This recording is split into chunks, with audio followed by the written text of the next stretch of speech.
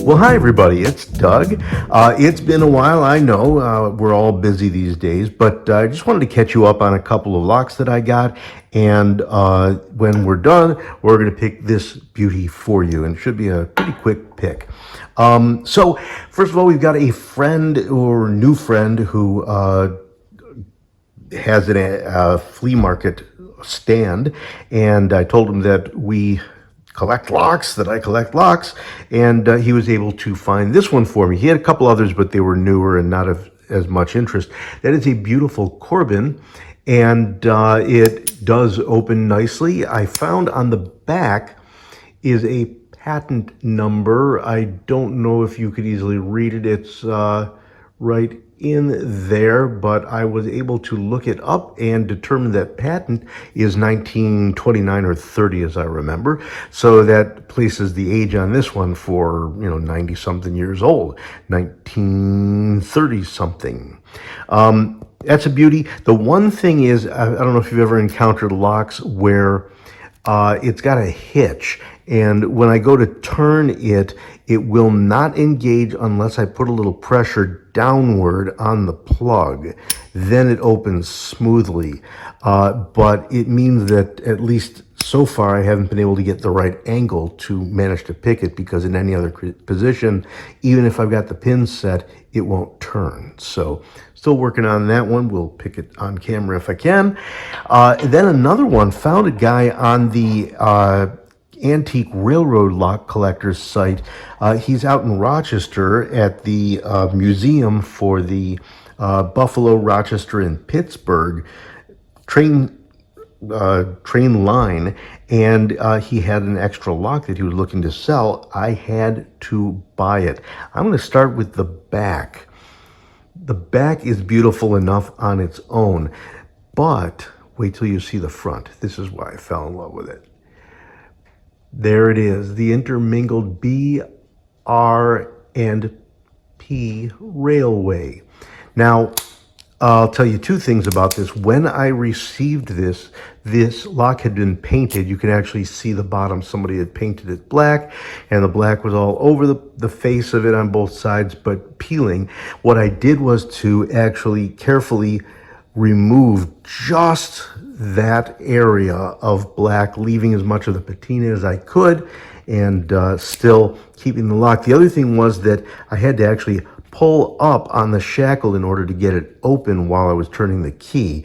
All I had to do was put some protective pieces on either side here, and then, sorry, I didn't look at my camera, I was off to the side. Put some protective pieces on and get a large pliers, and like a plumbing pliers, and squeeze with this open, of course, and just kind of move the shackle a little bit closer together, and now pops right open for me. So I actually had to narrow the shackle just a tiny bit, but what a beauty that is. And it's not meant to have the black on here, but boy, what great contrast that gives this thing. So one of my new favorite locks. So we have those. Here is an old favorite. I got this one in a trade from Mur-Lock up in Canada, and he had sent this to me, like I said, as trade for the intro that I created for his channel, much like I did for the one for Chris Capune. But what's really cool, I have found this is a nice challenging lock. It is pretty reasonable bidding, but I keep coming back to this lock, especially if I'm having an aggravating day where I can't get through a lock, and I'm like, what's a nice fun one? This one is, first of all, it's a cool lock. It's unique in just the way that it opens up and such, the shackle being housed, but it is full of spools, very entertaining. I was reminded of this when somebody commented on a video very recently about this exact one. He was asking, could you ever rake it? And I don't think this could be raked. I'm not very good at raking, but more specifically, I don't think you could rake one of these because of the spools. Let us get going here and see if we can manage to suction this down. No, of course we can't. That would be too easy. Try one quick thing. Forgive my not having it ready for you in advance. Okay, a little suction. We'll see what happens with that one. And I will get the false set-o-meter on here so that you can actually see some movement on the shackle, because that shackle is, or not shackle, on the plug, because that plug is a turning left and right. But it is also on the other side a quick pick. I'm going to be attacking it with my trusty Peterson gem, and let's see if we can get in there without blocking your view. And keep it focused there as well. I do need, sorry for all the adjustments, but I think I'm going to have to move around the side so that I'm not ruining the focus of the camera. Now, number 1 pin is already binding. And if you get up there, oh, already. I'm going to start that one again. If you get up there correctly, there we go. Get that nice click. You can already get a false set just with that first one.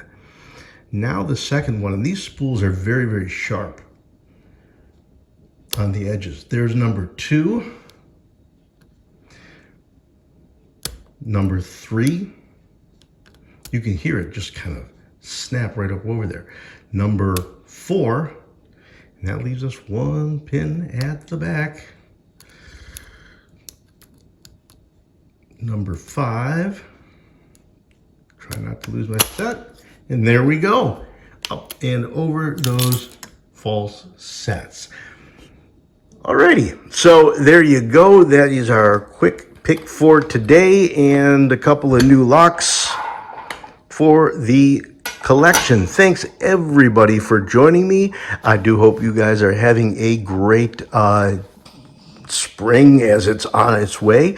And hey, it's Good Friday, at least where I am. So hope you're having a good Friday, and hope you have a happy holiday if you are observant. Thanks. Take care, everybody. Have a good one. And if you get a chance, like, comment, subscribe. All right. Thanks, everybody. Take care.